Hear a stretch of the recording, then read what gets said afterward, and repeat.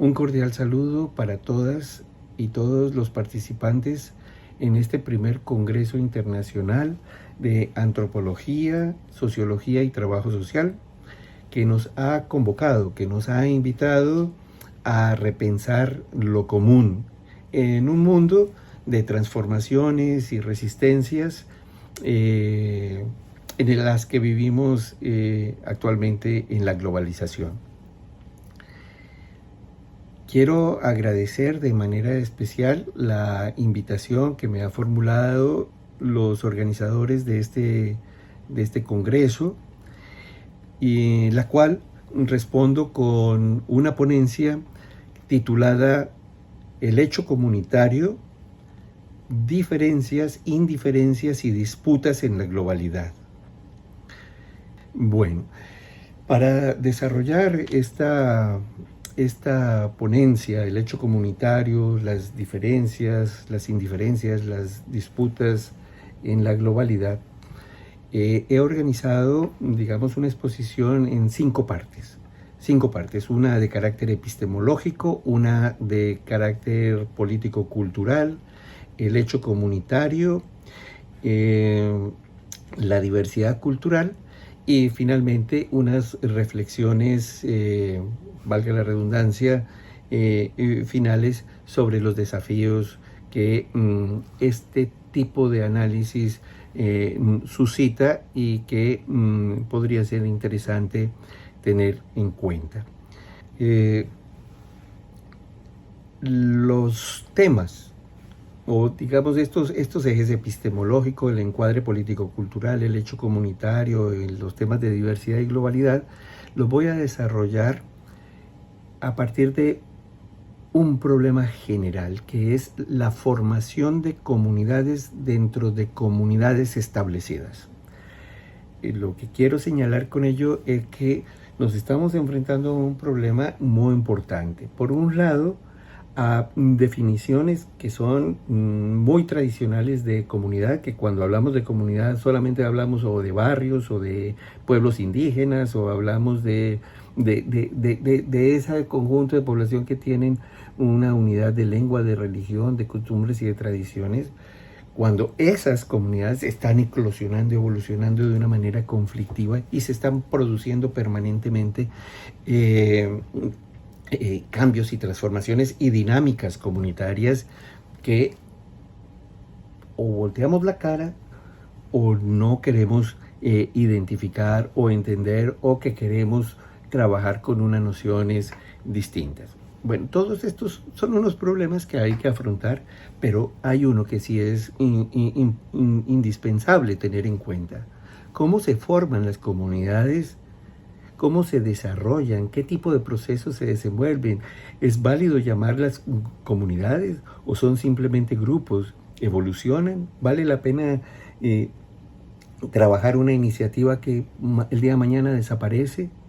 ¿O que es fortuita su evolución hacia una comunidad un poco más compleja? Bueno, entonces necesitamos repensar ese tipo de cosas. El tema de lo común, lo comunitario, la comunidad, el común, lo público, tiene que ver con este tipo de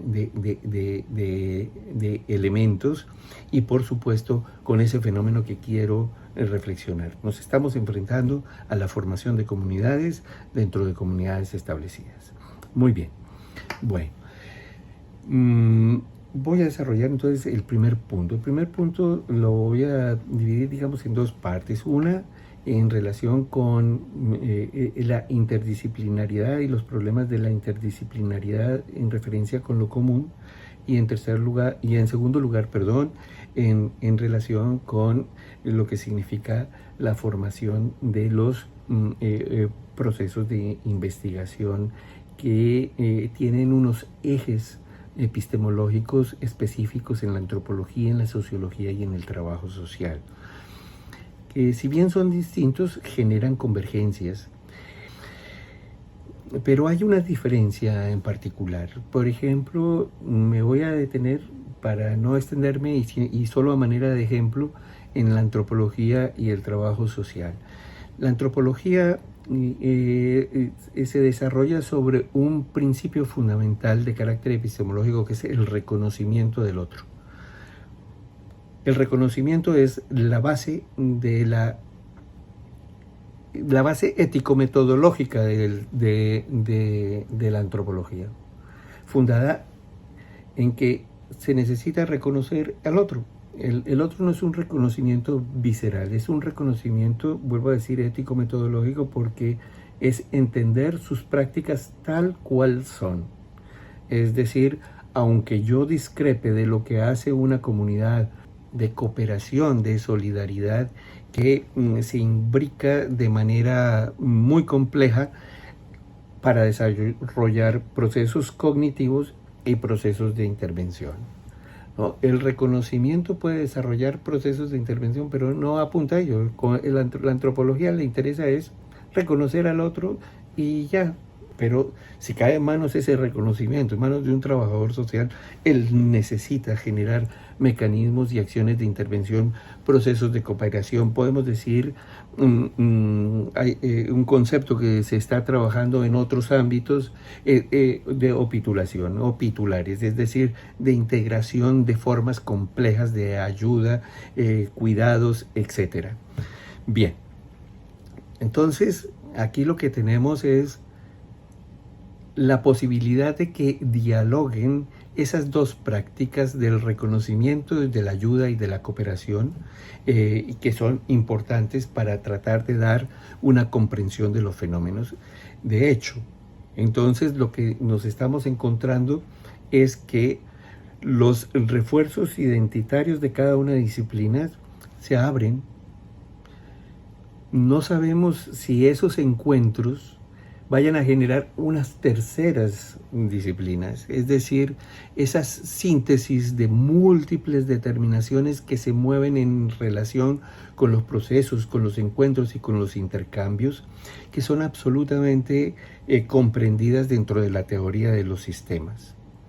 La introducción de un elemento dentro de un sistema genera cambios en todos los sistemas intervinientes, incluido el elemento. De manera, pues, que si ese axioma de la teoría funcional procede, entonces tendríamos una pregunta: ¿hacia dónde van? ¿Qué se va a producir? ¿Cuál es la estocástica de estos encuentros interdisciplinarios? Nosotros hemos sido convocados básicamente por un elemento que tiene que ver con repensar lo común, y repensar lo común significa repensar cuáles son los procesos de diferenciación que están constituyendo otros aspectos de formación de grupos, de creación de identidades, de generación de pertenencias que dentro de las mismas comunidades, y que forman parte de todos los grupos, no son nuevos. Lo que sucede es que estamos acostumbrados a tener conceptos de categorías que se aplican de manera generalizada para todos, pero que en la práctica pueden resultar inoperantes. De modo que si en este momento nosotros estamos tratando de entender cuáles son esos procesos sociales, los microprocesos sociales, tanto como los macroprocesos sociales y su imbricación, ¿no? Nosotros decimos o estamos apelando a la teoría de sistemas, pero no a la articulación de estos procesos. Y hoy en día entendemos que hemos llegado a un modo de conocer realidades físicas, químicas, etcétera, tan complejas que tienen que ver con esos procesos sistémicos, ¿no? La ecología, las ciencias biológicas también están apelando a ellos, y por lo tanto no solamente es nominal el que la antropología, la sociología y el trabajo social utilicen la noción de sistemas, sino que eso tiene una implicación importantísima en el modo de percibir, que es necesario hacer una crítica sobre el modo como estamos conceptualizando y entendiendo estas nociones tan importantes para la comprensión de las realidades que estudiamos. Bueno, ese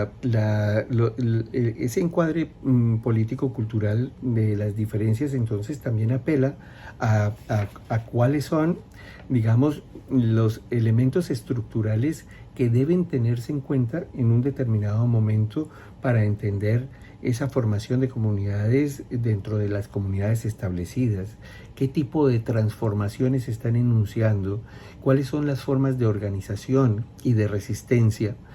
Que entendamos una cosa, la resistencia como el poder, decía Foucault, o más bien, como decía Foucault, el poder no está en una u otra situación, sino en una relación.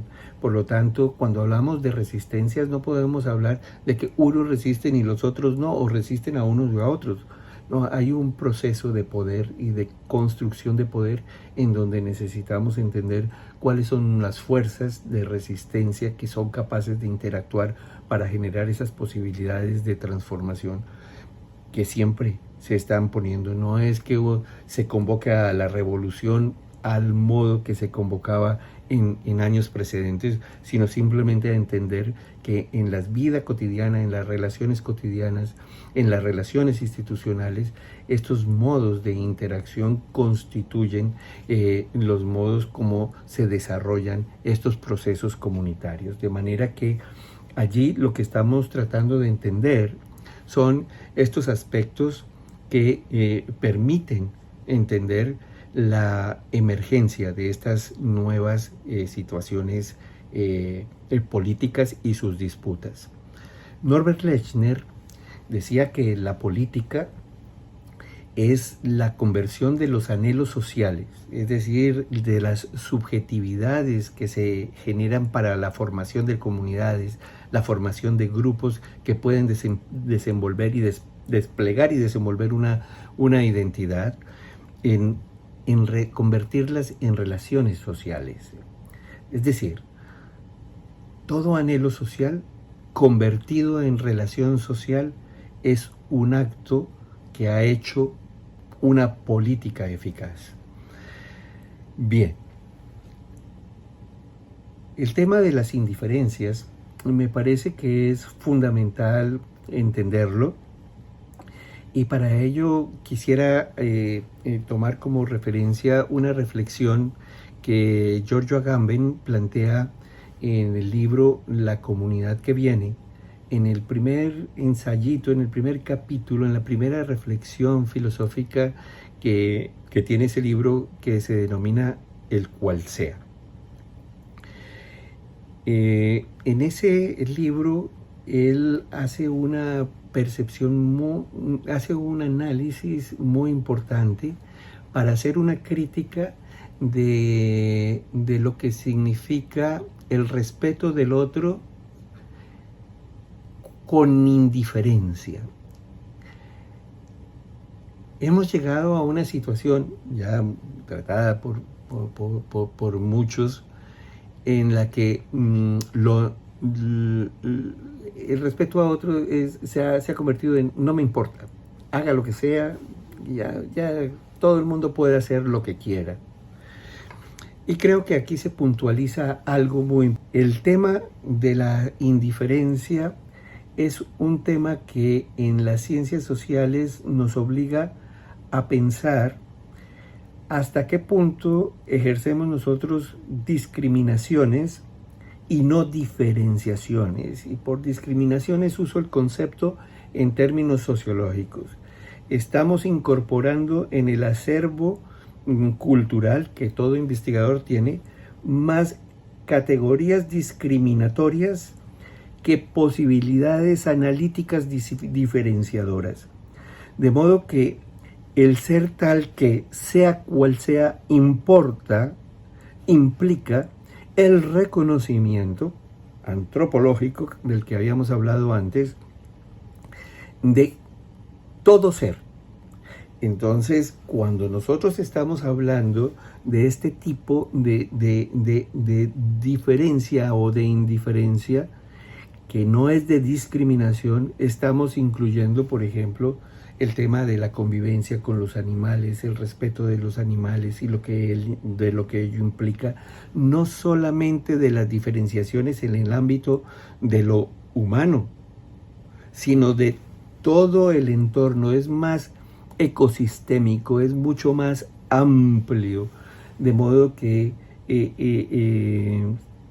estaríamos pensando en que para poder pensar hoy en día el tema de la comunidad requerimos la incorporación de otras especies, de otros seres que constituirían la base de esa comunidad y que obligarían a tener una reflexión crítica. Y desde luego todo eso genera disputas. Hoy en día, después de muchos años de estar luchando por derechos, nos enfrentamos a discursos que ya no hablan de derechos, sino de odio directamente.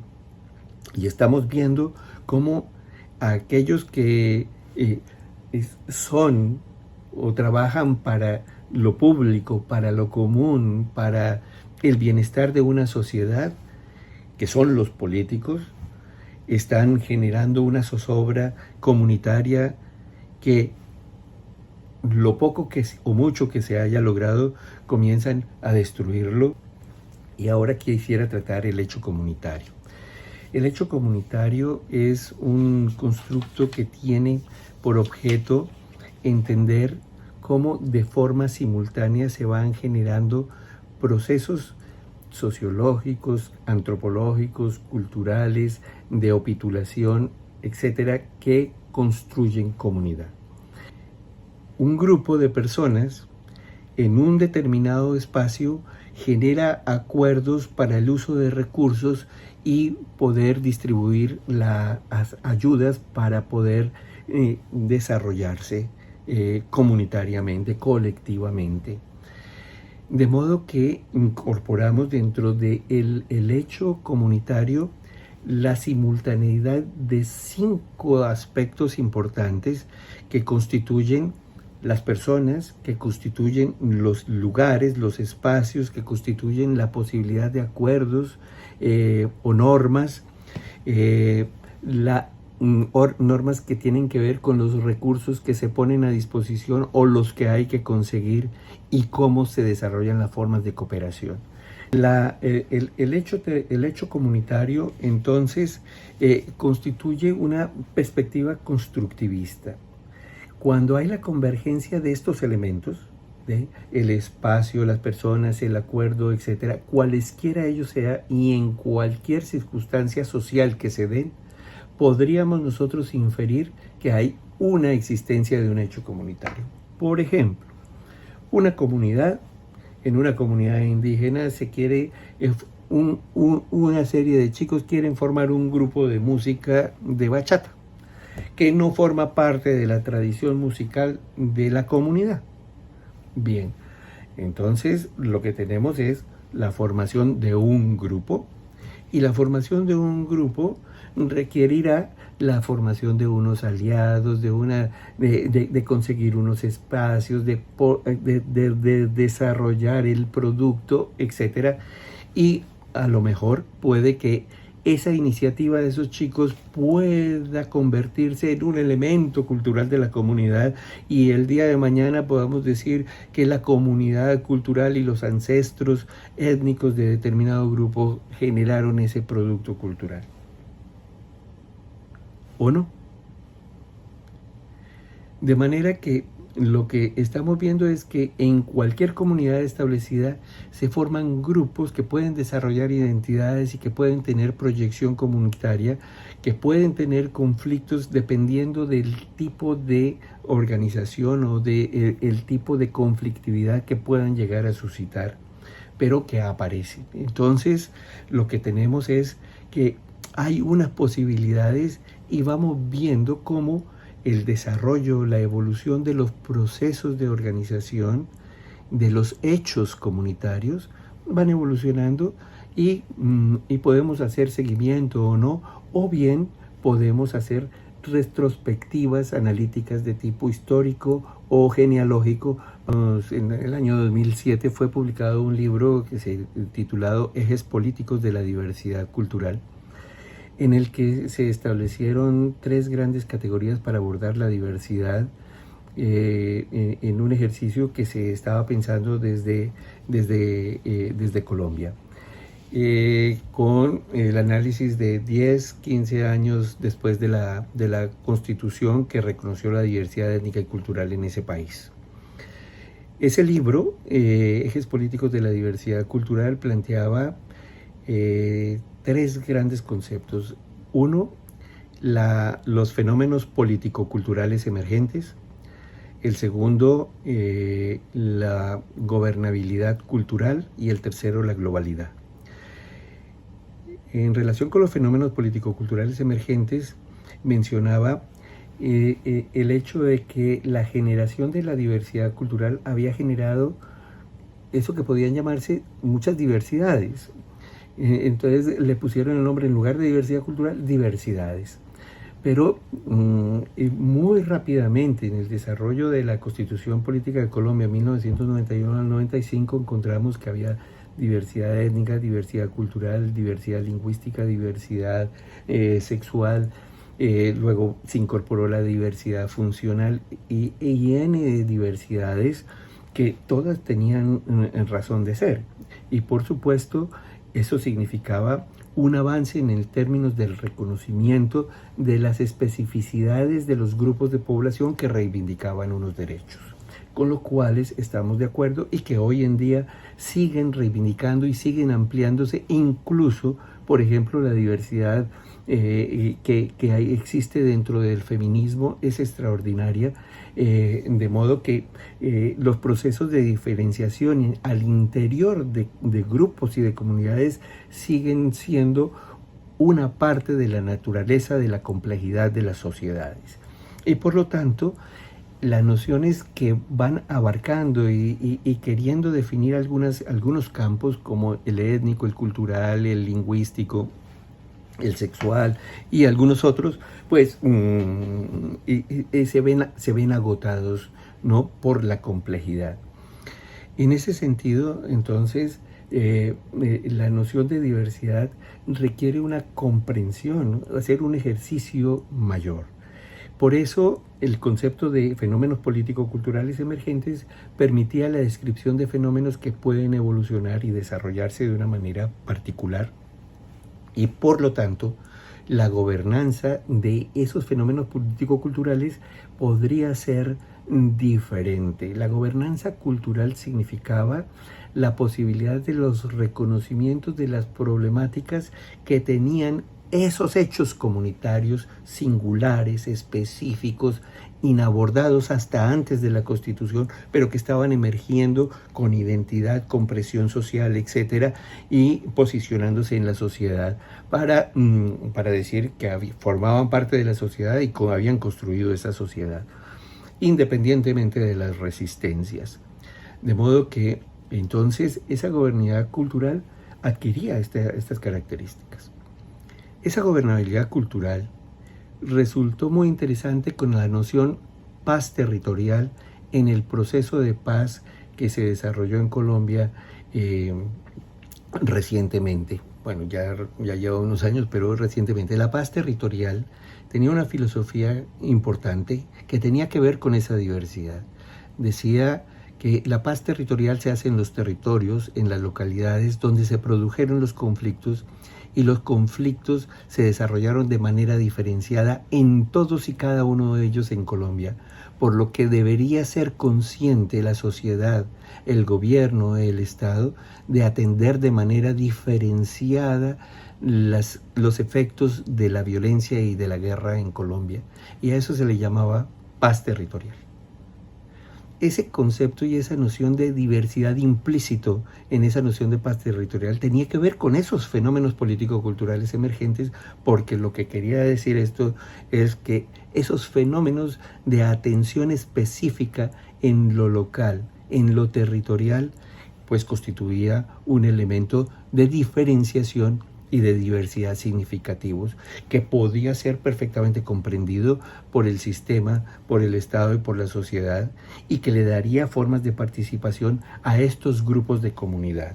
Bien, de modo que tenemos que es posible comprender y avanzar en esta situacionalidad de la diversidad, para tratar de entender que no se generan rupturas, sino que al contrario se generan políticas. Y esas políticas tienen que ver con las especificidades con las que son atendidas. Y la ciencia, el derecho, la filosofía lo entiende perfectamente. Es decir, la posibilidad de entender la especificidad de los fenómenos político-culturales emergentes, hoy la sociedad globalizada y digital tiene capacidad, tecnología para poder abordarla. Y lo que tenemos es problemas para ajustar este tipo de cambios. En términos comunitarios, eso es muy importante porque en términos comunitarios necesitamos establecer esos diálogos de esas dinámicas que se generan y que constituyen la parte de la gobernabilidad. Sabemos que la gobernabilidad es el atender los procesos de una manera orientada a la resolución de los problemas específicos que van emergiendo sucesivamente y la gobernanza depende de esas características y una gobernanza democrática atendería a estos elementos. Bien, bueno, planteadas estas tres cosas, planteadas estos cuatro elementos, solamente señalar que en la globalidad, entonces, es un concepto que tiene que ver con identidad, pero se mueve dentro de una tensión muy importante, y es que la globalidad está en la tensión entre la conexión y la fragmentación, porque la globalidad lo que dice es una identidad con el mundo global, pero lo que estamos viendo el efecto es que todo el mundo está corriendo para lo local, porque son los lugares donde hay más seguridad, etc. Esa tensión de la globalidad implica un elemento importantísimo, y es que no hay globalidad sin identidad local. De modo que esa tensión lo que hace es que lo que se está entendiendo como polarización generalmente es un proceso de reorganización del mundo global en donde la gente podrá seguir realizando su vida entendiendo que vive en un mundo globalizado, pero que se sitúa de manera singular y específica en ese territorio. Es decir, esos fenómenos político-culturales emergentes cada vez apuntan más hacia la comprensión de singularidades que en el marco de una percepción global pueden ser atendidas perfectamente sin vulnerar los derechos de cada colectividad. Bueno, creo que con este panorama que he presentado, hemos podido dar cuenta de que la comunidad es un proceso complejo que requiere una nueva sensibilidad epistemológica para entender los procesos de formación de comunidades dentro de comunidades establecidas, que al estudiarlas va a tener un efecto dentro de las propias comunidades disciplinarias, de los cuales no podemos ir diciendo que vamos a hacer una antropología pura, un trabajo social puro, una sociología pura, sino que vamos a construir un modo de acercarnos a la realidad. Por lo tanto, es un proceso de formación de comunidades. El encuadre político-cultural nos ha llevado a pensar desde Agamben el problema de que es un problema importante, el de la indiferencia frente a las diferencias y a la necesidad de entender que hoy la posibilidad de integración de los fenómenos político-culturales emergentes constituye un reto importante para saber conducir y generar estos fenómenos sociológicos con los cuales estamos enfrentándonos hoy en día. El hecho comunitario creo que es un concepto que nos permite vincular 4 categorías y entender el modo articulado que cuando se den ellas estamos frente a la constitución de un hecho comunitario, y el tema de la diversidad cultural y la globalidad que acabamos de señalar como un tema que permite entender que la diversidad está mucho más allá de ciertos grupos o categorías con las que hemos venido tratando, y que es necesario o sería necesario o por lo menos importante, comenzar a dar un debate sobre qué es esto de la diversidad cultural o de la diversidad en general, más bien, cuando nos estamos enfrentando a este proceso de formación de nuevas comunidades y que hoy en día intervienen también las comunidades digitales o las comunidades que se forman en las redes sociales, que tienen la misma característica comunitaria, pero con unas implicaciones diferenciales importantes que no sería pertinente tratar acá. Bien, y para finalizar entonces, con el tiempo que me han pedido los organizadores de este evento, señalar que hay una serie de desafíos importantes. Nos estamos enfrentando a un mundo abierto que exige un nuevo modo de mirar y una precisión de los conceptos. La posibilidad de entender estos sistemas abiertos requiere nuevos cambios en los métodos y también nuevas disposiciones éticas. Y las disposiciones éticas no es cumplir con reconocimientos informados. La disposición ética es una política de reconocimiento de los sujetos que nosotros identificamos que están en un proceso de construcción de sus iniciativas sociales. Por lo tanto, sociológicamente hablando, lo que estamos hablando es de cómo reconocemos los procesos de construcción de sociedad, no solamente para decir que la sociedad se construye, sino simplemente las dificultades a las que nos enfrentamos y que quien las analice formará parte de esa dificultad y de ese problema. Y por último, finalmente, despedirme con Borges. Voy a leer, me disculpan que tenga que leerlo, por no sabérmelo de memoria. Gracias quiero dar al divino laberinto de las causas y los efectos por la diversidad de las criaturas que forman este singular universo, por la razón que no cesará de soñar con un plano del laberinto. Jorge Luis Borges. Muchísimas gracias por su atención y les deseo reiteradamente que tengan un magnífico primer Congreso Internacional de Antropología, Sociología y Trabajo Social, que nos permita tener ideas, iniciativas sobre cómo repensar lo común en estos tiempos de transformación y resistencias en la globalidad. Muchas gracias.